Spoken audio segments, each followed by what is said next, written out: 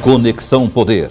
Oferecimento Unimed Cuiabá. Cuide mais da sua pressão arterial. Olá, boa noite. O Conexão Poder deste domingo recebe o deputado estadual Emanuel Pinheiro do PR. Vamos discutir as articulações para o comando da mesa diretora da Assembleia Legislativa, o seu embate com o Tribunal de Justiça, a situação do PR que, de governista, passa a ser oposição. Vamos discutir também as CPIs que estão em andamento e a que acabam virando pizza. Vai ter polêmica aqui. Fique com a gente. O Conexão Poder deste domingo está no ar. Alegando a busca de um processo de democratização interna, o deputado Emanuel Pinheiro tenta mudar as regras da eleição da mesa diretora da Assembleia Legislativa, que acontece no dia 1º de fevereiro de 2015. Ele quer reduzir de 2 para 1 o tempo de mandato da mesa e já compra briga com os colegas. Por falar em briga, Pinheiro também foi o autor da PEC da eleição direta no Tribunal de Justiça de Mato Grosso e não cumprida pelos magistrados. Ele tenta agora anular a escolha do novo presidente, Paulo da Cunha. Membro da CPI que investiga a suposta fraude na cooperativa Coamate envolvendo Eraimage, Pinheiro tem sido alvo de críticas do presidente da CPI, o petista Alexandre César, que o acusa de barrar a investigação. Quem são os deputados cotados para assumir a mesa diretora da Assembleia? As articulações caminham para unir o grupo de TAQs e a oposição? Como o deputado pretende anular a eleição do TJ? Por que reduzir o mandato da mesa diretora? Com apenas 48 anos, Pinheiro é aposentado pelo FAP e recebe cerca de R$20 mil extras por mês. Estes e outros assuntos, o Conexão Poder debate agora. Muito bem, me acompanham nesta entrevista os jornalistas Paulo Coelho e Abdala Zarur do site Repórter MT. Deputado, boa noite, obrigado pela sua presença. Como a gente viu no VT, o senhor ainda continua recebendo a aposentadoria do FAP de cerca de R$20 mil. O senhor não vai abrir mão desse benefício? Não, eu continuo... O senhor se aposentou muito jovem, com 44 anos. Eu continuo recebendo e enquanto vivo estiver, vou receber porque esse FAP pertence à minha família. Foi dentro do que determinava a lei e a Constituição há 20 anos atrás, contribuí para isso. E não sou corrupto, não sou ladrão, não malversei o dinheiro público para poder viver de forma nababesca, contribuí e faço direito a ele, que é público, que declaro no meu imposto de renda e eu recebo desde que fiz direito. Mas é uma aposentadoria que o senhor já tentou abrir mão e o senhor já me contou uma vez que a sua família não deixou. Continuam não deixando, a filharada não abre mão da mesada? Eu nunca tentei abrir mão, porque é um direito. Essa aposentadoria pertence à minha família e eu contribuí por ela dentro do que mandava a lei e a Constituição à época. Não só eu, como inúmeros outros parlamentares, viúvas, beneficiários de parlamentares de nível federal e estadual, que hoje muitos já se foram, outros garantem o sustento da família. E sempre foi em respeito à Constituição e à lei. Tanto é que várias ações foram impetradas junto ao Tribunal de Justiça, junto ao Supremo Tribunal Federal, e não caiu. E eu vivo dela. Enquanto eu sou deputado, eu recebo um salário como deputado, mas esse salário enquanto eu for deputado. A pensão não, eu contribuí por ela e vivo dela. Mas, deputado, o senhor acha justo, enquanto a maioria 99% dos brasileiros recebem, né, Paulo? Porque o salário mínimo e contribui 35 anos para se aposentar com 70 anos até morrer, recebe um salário mínimo. E o senhor, como somos sendo deputado, recebendo um salário de cerca de 20 mil e ainda mais 20 mil de aposentadoria. O senhor é muito jovem, acho que o senhor é mais novo que eu.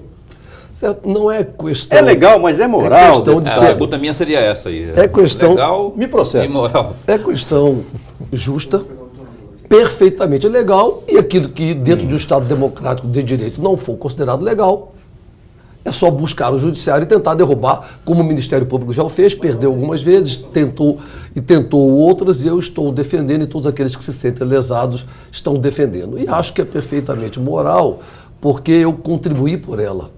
Eu não ganhei nababescamente ou ganhei de favor. Eu contribuí como determinava a lei, como contribuiu outros parlamentares, como contribuiu, por exemplo, o finado deputado Augusto Mário Vieira, que a dona Miloca hoje, sua viúva, com 88 anos, vive dessa pensão do seu marido, e eles contribuíram.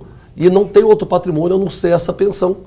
Então, foi dentro do que determinava a lei e a Constituição. Quanto tempo o senhor trabalhou para chegar a esse valor? Determinava a lei, 16 anos. 16 anos. O senhor está no quarto, o senhor foi eleito para o quarto mandato. Seria 16 anos. 16 anos, 20 anos, né? 20 anos, desculpe. Tem 2 mandatos como vereador. Já teve 2 como 20 anos, vereador, isso. já teve 3, está terminando o 3º como deputado estadual, vai começar o 4º mandato. Isso.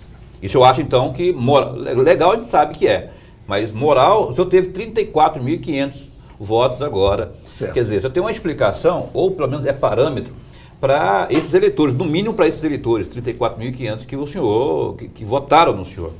O senhor acha que é uma explicação plausível para que essas pessoas que jamais ganhariam o que ganha um deputado aposentado, o senhor acha que é moral?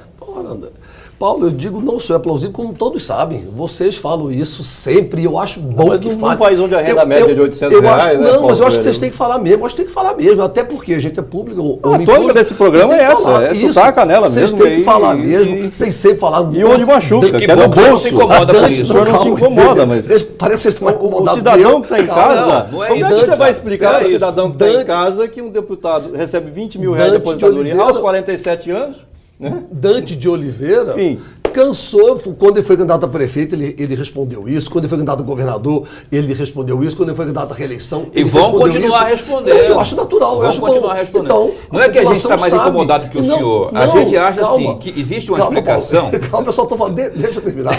Ah, cara do Roberto, não está Deixa eu contente nem um Tô pouquinho ali com precisando isso que aí. o senhor só diga. Então é necessário, certo, que se fale mesmo, e o que eu quis dizer isso, porque o meu eleitorado sabe, a população sabe, até porque ela é muito bem informada, e a imprensa ajuda mesmo Nós com a estamos sua aqui crítica. complementando a informação. Isso, que é muito importante. Eu só queria dizer isso, que eles sabem sim, Então, sabem, tá até porque a imprensa informado mais é uma muito vez. eficiente. É isso que eu O queria dizer. deputado Emanuel Pinheiro não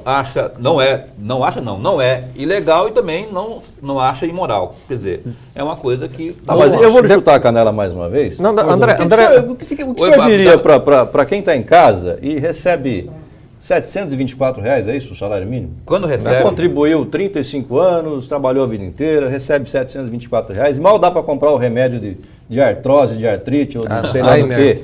O que o senhor diria para essa pessoa, deputado? Que é preciso... Eu sei que é legal o seu benefício, mas o que o senhor diria para essa pessoa? O que é preciso melhorar o poder de compra do brasileiro, do trabalhador. É preciso aumentar o salário mínimo e dar condições dignas de que o trabalhador receba o salário e possa, de forma digna, sustentar os seus filhos e sustentar a sua família. Não é quebrando direitos, não é vilipendiando direitos adquiridos e conquistas dentro da lei e da Constituição que você vai melhorar a vida daqueles que ainda precisam ter a vida melhorada, e haveremos todos de trabalhar para melhorar. Assim funciona o Estado Democrático de Direito. Deputado, recentemente, até indo nessa questão de aposentadoria, nós tivemos uma decisão do Tribunal de Justiça mandando o Estado cessar o pagamento a 18 ex-governadores. E aí, dentro desse conjunto, nós temos viúvas, porque alguns já chegaram a falecer. Então, o senhor acha que o Tribunal de Justiça, nesse ponto de vista do senhor, também teria errado ao cessar esse pagamento, mandar cessar esse pagamento?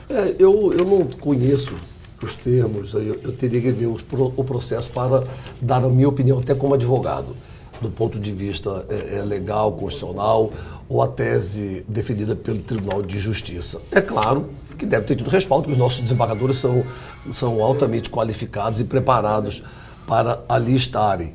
Agora, eu li recentemente um artigo da viúva do ex-governador Garcia Neto, Maria Lígia Borges Garcia, onde ela falava a respeito disso, que o marido dela foi prefeito de Cuiabá, foi vice-governador de Mato Grosso, foi 2 vezes deputado federal, foi governador do estado, e ele só viveu, ele era full-time político de uma outra geração, e hoje decantado em verso e prosa como um dos mais honrados, dignos e honestos políticos do nosso estado, e ele só vivia dessa pensão, e ela aos 87 anos só vive dessa pensão. Para saber como que ela vai viver agora, certo? Então, é uma questão. Frederico Carlos Soares de Campos, ex-prefeito de Cuiabá por 2 vezes, ex-governador de Mato Grosso, 89 anos, só vive dessa pensão, tem um carro financiado e uma casa alugada. Vive exclusivamente dessa pensão, e eu o encontrei num velório, num estado de desespero, certo? Que não tinha dinheiro para pagar advogados, um grupo de amigos lhe custearam advogado para ele tentar, por liminar, continuando a receber, até pelo Estatuto do Idoso, continuar a receber a sua pensão. Então, acho que essa discussão... Pelo Estatuto do Idoso, ele vai receber o benefício continuado. Mas que vai ser, mas você vem aqui, que seria o cargo eletivo não é emprego. Eu estou até me debruçando sobre ela, até para poder depois fazer um pronunciamento. Até por uma questão, não sei se eu vou me equivocar aqui no contexto, mas é o seguinte, o senhor faz parte de um corpo, ou seja, está dentro da Assembleia, onde tem outros deputados. Certo. E no caso até do governador, em que ele assume para si a responsabilidade de comandar o Estado, aí nós teríamos aí uma carga muito maior de emocional, de até... Inclusive, eu vi recentemente o artigo do jornalista Onofre, ele falando isso, que essa questão da pessoa estar o tempo todo voltado para as questões políticas, a questão da economia, justamente isso. Então, a pergunta vem justamente nesse sentido. Se o senhor acha que a sua aposentadoria é legal e moral, a desses ex-governadores também teriam esse mesmo... Eu acho que seria imoral, principalmente, no momento que se a gente for entrar na parte legal aqui, aí tem que mergulhar muito. Mas, por exemplo, se fosse eu que tivesse criado a lei para me beneficiar, quando eu entrei na Assembleia, ela já estava em pleno vigor. Votei a sua extinção no movimento nacional. Depois, como votei a extinção da aposentadoria para o governador no movimento nacional. Mas sempre defendi o direito adquirido. Era dali para frente. Eu, por exemplo, eu sou contra as repristinações do FAP. Eu votei contra todas. Porque aí sim entra no tom da imoralidade. Você votar para você mesmo? Então é evidente que você aí tem um cunho altamente pessoal e corporativo. Então todas as repristinações, e os colegas custam a me entender, a entender minha posição. Você já faz isso porque você já tem... Não é que ela já existia, ela já vinha 25 anos em pleno vigor. Você tinha um direito a ela e você contribuiu por ela. A repristinação é o dar por dar. E aí é uma outra discussão. Mas é aquela coisa, mexe na dos outros, mas não mexe na minha, né, Dala? Por falar em não mexer na minha, vamos trocar esse disco aí, esse CD, né, esse DVD. Isso é coisa antiga, né? É da nossa época. O senhor quer mexer no Tribunal de Justiça, o senhor está mexendo no Vespero. O que o senhor tem contra o Paulo da Cunha? O senhor tem contra o Paulo da Cunha, exatamente isso que eu ia te perguntar. Deixará, né, Paulo? Não, eu gosto de presidente eleito do Tribunal de Justiça. Aliás, o senhor quer anular a eleição do Paulo da Cunha? Não, eu não sou um beligerante, eu não sou um brigador, certo? Eu sou um deputado, eu posso até me auto-intitular como um idealista, entendeu? Eu posso ter meus defeitos, como todos têm, mas eu tenho umas convicções que eu, nesse mandato, eu me propus a elas. E essas convicções começou com mudanças dentro dos poderes e instituições da nossa sociedade. Essas mudanças têm que partir de nós, dos poderes e instituições, até para que a gente possa ter a condição moral, como a gente falou agora há pouco aqui, ou política pelo menos, de poder definir normas de conduta para a sociedade aqui fora. E eu apresentei algumas propostas nesse bojo de ideias. No Legislativo eu apresentei um projeto de resolução que proíbe a reeleição dos membros da mesa, que diminui de 2 anos para 1 ano o mandato dos membros da mesa e que democratiza os poderes para todos os membros da mesa diretora, socializa os poderes. Isso é outro assunto da Assembleia. Que é outro assunto, nós vamos falar. Hoje é outro assunto. Hoje Queria concentrado... que o senhor falasse do Paulo Cunha. Não, Paulo eu vou chegar Cunha, lá. aliás. Não, eu vou Quando chegar fala lá. Paulo Cunha, ele não gosta, viu? Eu vou chegar lá. Eu vou chegar lá. Estremece. Então, democratiza os poderes. Só para avisar vocês. Hoje concentrado nas figuras do presidente e do secretário. Aí fui para o Tribunal de Justiça, quando eu apresentei um projeto de emenda constitucional, que teve repercussão no Brasil inteiro. O Rio de Janeiro está aprovando, pegou cópia do nosso projeto de Mato Grosso, que está fazendo escola, Mato Grosso está fazendo escola, Rio de Janeiro está para aprovar agora. O deputado Felipe, esqueci o sobrenome dele, um jovem rapaz, está para aprovar, com base em Mato Grosso, o Amapá com base em Mato Grosso, Goiás com base em Mato Grosso. Foi a PEC que o senhor fez, foi aprovada na Assembleia, isso. Mas a gente está vendo na tela aí, ela foi considerada insignificante ela pelo foi próprio repudiada, TJ, repudiada no TJ, que não seguiu a sua isso. PEC. Aí eu acabou elegendo o Paulo da Cunha. Eu quero falar sobre o geral. Aí veio a PEC do TJ e veio a outra PEC minha do fim da lista tríplice para eleições de Procurador-Geral de Justiça e Defensor Público Geral. Isso. Então, foram uma ação para todos, ações para todos os poderes e instituições. Não tenho absolutamente nada contra Paulo da Cunha. Um homem íntegro, um homem sério, honesto, correto e de bem. Respeito o desembargador presidente e respeito todos os desembargadores, como todos os magistrados, todos os juízes. Mas eles não estão acima da lei. Foi aprovada uma emenda constitucional de número 69, de nossa autoria, que está em plena vigência no ordenamento jurídico do Estado de Mato Grosso. Ela tem que ser cumprida. Essa emenda determina eleições diretas para dirigentes do Tribunal de Justiça do Estado de Mato Grosso. Ou seja, deve votar todos os desembargadores do Pleno, os 30 e os 216, os 232 juízes de primeiro e segundo graus. Devem votar, deve haver uma campanha, deve haver compromissos públicos, propostas, plano de governo. Deve haver uma eleição para presidente do Tribunal de Justiça de Mato Grosso. É isso que determina a emenda constitucional e eles não respeitaram. Então eu estou reagindo contra um desrespeito à Constituição do Estado, que é pior, um desrespeito patrocinado pelo Tribunal de Justiça do Estado de Mato Grosso. Interferindo no Poder Judiciário. Em hipótese alguma, André, é uma emenda constitucional. O sistema, o ordenamento jurídico funciona assim. Em hipótese alguma, e quando você acha que isso ocorre, você tem uma alternativa. Uma ADIM, uma ação direta de inconstitucionalidade, que é só o Supremo Tribunal Federal que pode dizer se é ou não é inconstitucional. E assim fez, por maioria, os desembargadores do Tribunal de Justiça de Mato Grosso, por maioria, não unanimidade, entenderam que a nossa emenda constitucional é inconstitucional.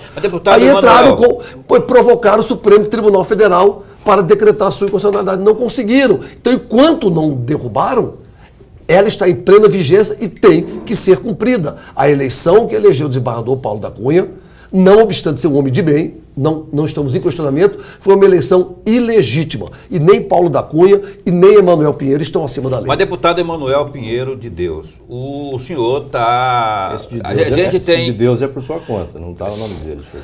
Existe o ideal e existe o legal. Mais uma vez falando do que é legal e do que é o ideal. O ideal, todo mundo espera democracia, né? No caso, que seja eleição direta. Mas a própria OAB, o senhor advogado sabe disso, o senhor sabe que a OAB, se o senhor não sabe, eu estou informando que a OAB já se manifestou com o discurso de que trata-se de uma inconstitucionalidade a proposta do senhor.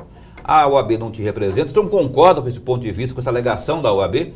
Quantas vezes a OAB já achou que uma lei, ou qualquer medida, uma lei ou uma emenda constitucional que entrou no nosso ordenamento jurídico é inconstitucional e ela foi declarada inconstitucional? É um entendimento. Já tive outras que ela considerou constitucional, já tive outras que ela considerou inconstitucional, ganhou ou perdeu, normal. É um entendimento. Só existe um órgão, um poder que tem a legitimidade para dizer se uma lei, se uma emenda constitucional é constitucional ou inconstitucional no Brasil. Chama-se Supremo Tribunal Federal. O Tribunal de Justiça de Mato Grosso tentou, não conseguiu até agora derrubar. Então a emenda constitucional está em plena vigência. Ela tem que ser cumprida.